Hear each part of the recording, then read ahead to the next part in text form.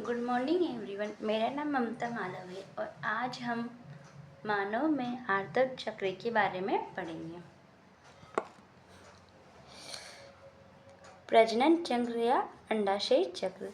सभी मादा स्तनधारियों में प्रजनन काल के दौरान जनन तंत्र में होने वाले चक्रिक परिवर्तन प्रजनन चक्र या अंडाशय चक्र कहलाते हैं।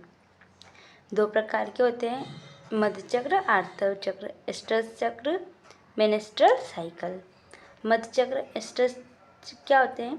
नॉन प्राइमेट स्तनधारी मादाओं में एक विशेष ऋतु में जनन हार्मोन के स्रावन के कारण जनन तंत्र में आवश्यक परिवर्तन होते हैं, जो मादा को प्रजनन के लिए तैयार करते हैं तथा नर को जनन के लिए मादा की ओर आकर्षित करते हैं। इन्हीं चक्रिक परिवर्तनों को मध्य चक्र या एस्ट्रस चक्र कहते हैं। ये सीजनल वाइज होते हैं। सेकेंड, आर्तव चक्र, मेनेस्ट्रल चक्र, मेनेस्ट्रल साइकिल। प्राइमेट स्तनधारी मादाओं के जनन तंत्र में मुख्यतः अंडाशय में जनन के लिए होने वाले चक्रिक परिवर्तनों को मेनेस्ट्रल साइकिल कहते हैं। यह हर माह होने वाली प्रक्रिया है। आर्तव चक्र का प्रारंभ 12 से 14 वर्ष की आयु में हो जाता है। इसे रजोदर्शन या मेंसेस कहते हैं। आर्तव चक्र 50 वर्ष की आयु में समाप्त हो जाता है। इस अवस्था को रजो निवृत्ति या मेना फेज कहते हैं। आर्तव चक्र 28 दिन का होता है। इस आर्तव चक्र निम्न प्रावस्थाओं में विभेदित किया गया है। पहला, रजोस्राव प्रावस्था। सेकंड, पुटकी अवस्था, अंडोत्सर्ग प्रावस्था, पश्च अंडोत्सर्ग प्रावस्था। रजोस्राव प्रावस्था, जिसके अंदर रक्तस्राव होता है, 1 से 5 दिन के लिए होता है। पुटकी अवस्था 6 से 13 दिन के मध्य होती है। अंडोत्सर्ग प्रावस्था 14 दिन मानी जाती है। पश्च अंडोत्सर्ग प्रावस्था 15 से 28 दिन के बीच होती है। फर्स्ट पढ़ेंगे रजोस्राव प्रावस्था। रजोस्राव के पहले दिन से यह प्रावस्था प्रारंभ हो जाती है, जो 3 से 5 दिन तक चलती रहती है। इसे रजोधर्म या ऋतुस्राव भी कहते हैं। यह प्रोजेस्टेरोन की अचानक आई कमी के कारण होता है। इस अवस्था में गर्भाशय का अंतःस्तर एंडोमेट्रियम का अस्थायी स्तर स्ट्रेटम फंक्शनली झड़ जाता है तथा रक्त ऊतक श्लेष्मा व उपकला कोशिकाओं के साथ गर्भाशय ग्रीवा से होता हुआ योनि द्वारा बाहर स्रावित होता है। यह प्रक्रिया लगभग 5 दिनों तक चलती रहती है। रजोद्रम या रजोस्राव तभी प्रारंभ होता है जब अंडोत्सर्ग के पश्चात अंडाणु का निषेचन नहीं हो पाता।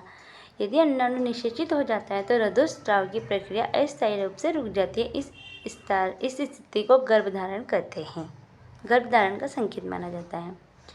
सेकेंड आता है पुटकी अवस्था। माहवारी के 6ठे दिन से 13वें दिन तक यह अवस्था रहती है। इस दौरान हाइपोथैलेमस में FSH RH का स्रावण होता है, जो पीयूष ग्रंथि को FSH के स्रावण के लिए प्रेरित करता है। यह FSH अंडाशय में उपस्थित प्राथमिक पुटिकाओं को ग्राफियन पुटिकाओं में परिवर्तित कर देता है।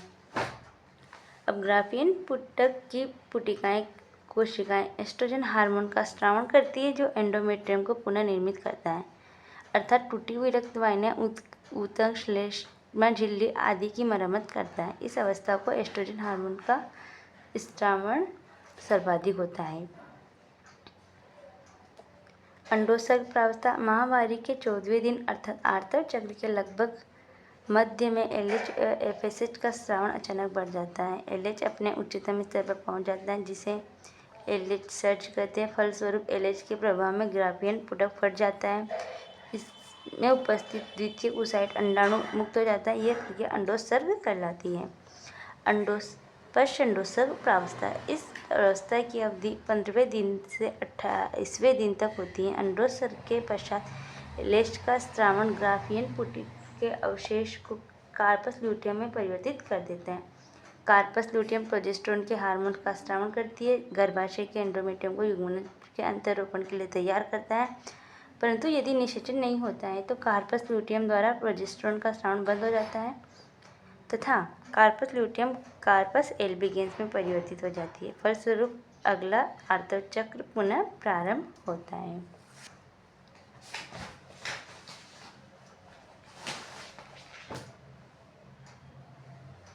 ये सर्किल आप देख सकते हैं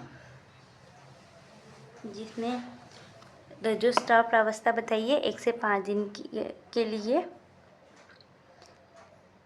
इसमें प्राथमिक अंडाशय चक्र में प्राथमिक पुटिकाएं हैं।